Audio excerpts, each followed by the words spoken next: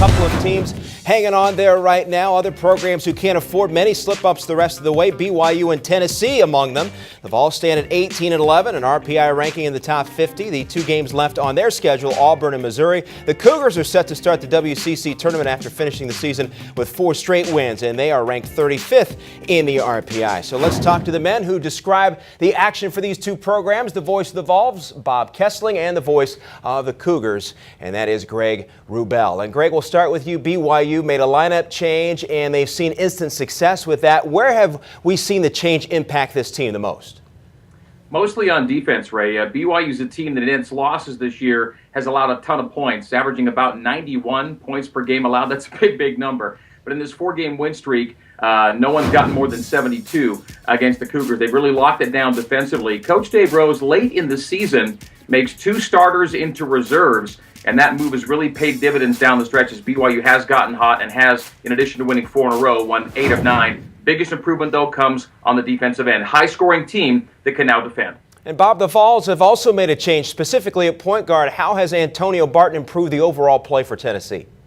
Well, Barton started at the beginning of the season, got benched for 8 or 9 games. In the last couple of games, he's been back in the starting lineup. He's really kind of solidified things. He's a 5th-year guy. He transferred in from Memphis. He brings experience, and he's played very well at the defensive end, and he started scoring again. He had 21 points in Tennessee's big rout over Vanderbilt.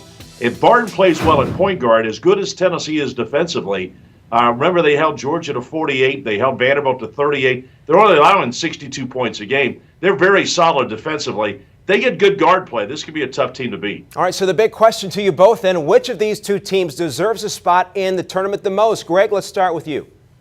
Well, it's interesting. You know, BYU enters the WCC tournament with a record of 21 and 10. The same record they had last year going into Vegas. But difference is last year at 21 and 10, their RPI was in the 60s. This year, it's in the 30s, thanks in large part to that non-conference schedule they played. It's a top 10 non-conference schedule. They got through it with a winning record. We're playing their best ball at the turn of the year, but since the calendar turned, BYU's played very, very well. They opened WCC play 0-2. They ended up finishing 13-5, so a 13-3 stretch through most of conference play. And they have the big wins this year. They didn't simply have last year. They were able to win at Stanford. They were able to beat Texas. They've got to win over Gonzaga. They've got 2 wins over St. Mary's. And so the biggest difference this year compared to last is the big wins and now the resume heft courtesy of the non-conference schedule. Well, Tennessee's strength of schedule is a lot better than BYU's right now. And Tennessee also has that big marquee victory over the Virginia Cavaliers, which is really paying some big dividends. Both teams, when you look at it, have some good wins.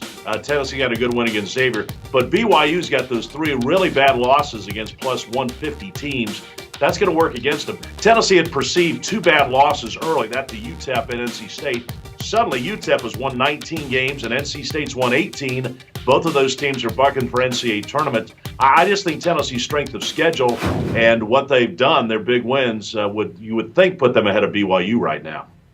Yeah, beating Virginia by 35 is a real marquee win. BYU's got one more top 50 win than Tennessee. The top 100 wins are dead even, and it is those sub 100 losses. BYU's got 4. Tennessee has just the 2. Interesting, this year, the WCC as a league has been a top 10 league most of the year. That's, I think, helped BYU's overall strength of schedule. The WCC's ranked 9th in RPI, SEC's sitting at 7, so there's disparity there, but maybe not as big as it has been historically. WCC's had a good year as a league. Maybe not the dominant team at the top like Gonzaga was last year, but I think more strength top to bottom. And ultimately, I think BYU's non-conference strength of schedule combined with, again, a good year for the league will put BYU in pretty good shape on Selection Sunday if they can just keep on winning. I think it'll take probably 2 wins in Vegas to make them feel really good about having a shot on Selection Sunday.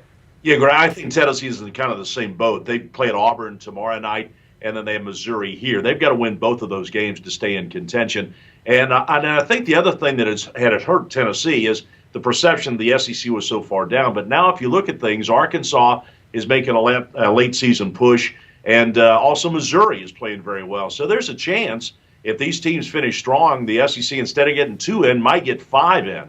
And we'll see how that plays out. But I think Cuonzo Martin has addressed it with his team this week. They've got to win. They know that.